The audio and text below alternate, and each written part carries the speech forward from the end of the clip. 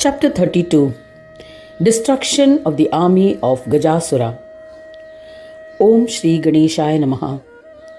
Mudgalacharya continued the narration. Gajasura, king of Daityas, was seated in the assembly. An inquisitive Narada arrived unexpectedly. O Daksha, the Daitya king welcomed him. Mahamuni Narada said to the Daitya king, O wise king of Daityas, I shall tell you a secret, which is of utmost benefit to you. Listen to it.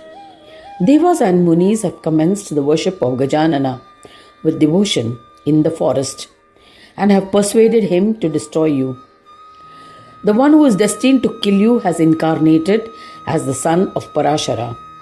Thus instigating the Daitya, the far-sighted Narada disappeared. An enraged Gajasura planned to kill Devas and Rishis. The evil, all-powerful and valiant king went to the place where Devas and Munis resided. He captured all Devas and Rishis. He was about to wield his weapons when they all contemplated on Ganapa. Immediately Ganapa played a mind game with Gajasura. A different thought arose in his mind. These Devas and Brahmins are my captives. There is no doubt about it. I shall punish them appropriately, by which they will lose their superiority complex. At an opportune moment I shall exhibit my prowess and kill them. How will they escape? Thinking thus, Gajasura said to them, O Devas and Munis, please listen to my benevolent advice. If you wish to survive, then obey my command. Hold your ears with both hands and always rub your head on my feet. If you obey, I will spare you all and release you. Otherwise, all of you will be beheaded. There is no doubt about it. You pray to Ganesha, the one who loves Devas. As a result, he has incarnated as a son of Parashar. Obey my command and make Ganesha do the same. Replying to these threats, Vishnu contemplated on Ganesha and said reverentially and softly, We will obey your orders. We will accept the punishment. In order to obey it, we will need to go to Gajanana and ask him to accompany us. So release all the Devas and Munis. We will go to the Lord and bring him here, and all of us will offer our services at your lotus feet. The Daitya king had become deluded under the influence of Ganesh Maya, and the illustrious Gajasura agreed and set all the Devas and Rishis free immediately. He told them intimidatingly, If you all do not return within 5 days, I shall kill all of you along with Ganesha, wherever you may be.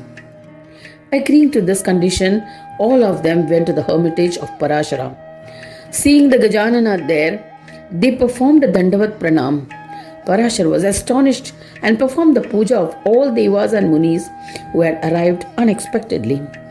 They recounted the audacious behavior of Gajasura. They told Parashara, How can we offer pranams apologizing at the feet of that Asura? It is said that instead of bowing to a lowly person, it is better to embrace death. Hence, O Gajanana, kill either the Devas and Munis or slay the Daityas. Mudgalacharya continued the narration to Daksha. After listening to what the Devas had to say, the Lord smiled and replied, Do not worry, I shall kill Gajasura in an instant. I shall tell you an interesting plan. Listen and obey. It is in your welfare. I like the punishment suggested by the king of the Daityas. You may offer the same to me at my feet. I shall kill the evil Daitya in an instant. Do not harbor any doubt. The words of Ganesha were fascinating. Devas and Munis looked at each other with a smile on their face. Shiva suggested a solution at that difficult juncture. He said, Ganesha is our family deity. Hence, O virtuous ones, obey his orders. Saying this, Shambhu himself, holding his ears, bowed, rubbed his head at the feet of Ganesha and recited a praise. The sweet words pleased Gajanana. O Daksha, thereafter Vishnu and all other Devas, Bhrigu and other Munis imitated him. Gajanana was greatly pleased. He mounted his Mushaka and armed with 4 weapons proceeded to slay Gajasura. Ganesha, on reaching the town of Mahishapura, roared like a lion. Hearing the roar, Gajasura also was petrified. The wounded army of Daityas emerged from the woods. They narrated the frightful events to Gajasura. They recounted, "O King Gajasura, with the support of Ganesha, the Devas and Rishis have garnered courage and attacked us." Learning of the events, the majestic king of Daityas, Gajasura, commanded his army to prepare for the battle. Armed with weapons, he mounted his chariot and rode off. Daitya army and their commanders followed him. He advanced out of the town of Mahishpura along with his huge army. The appearance of Gajasura was frightening to death himself. Gajanana looked at them and was pleased. The enraged Gajasura commanded his army, "Brutally slay all gods, munis and yakshas." No sooner were they commanded, desirous of victory, the Asuras started killing the Devas and Munis with their weapons and astras. Devas retaliated. A terrible war ensued between the Devas and Daityas. There were many casualties on both sides.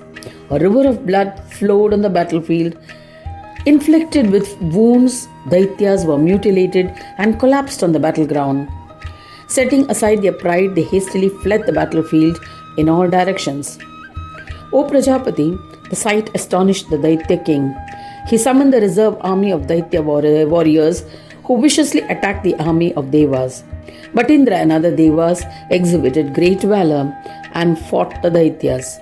Many Asuras were killed and many others fell unconscious on the battlefield. There were loud lamentations and wailings in the army of Daityas. The entire army of Daityas fled in fear. Gajasura was astounded. He thought, "I am seeing an unusual event. It appears as if the fire has been extinguished. Devas have doubtless defeated my entire army." Gajasura was filled with wrath. His eyes were red with anger. Gajasura then climbed on his chariot and advanced to the battlefield. Thus ends the 32nd chapter titled Destruction of the Army of Gajasura in the second Khanda of the Puran Upanishad, Srimad Mudgal Puran, describing the legends of Ekadanta, dedicated to Sri Gajanana. End of chapter 32.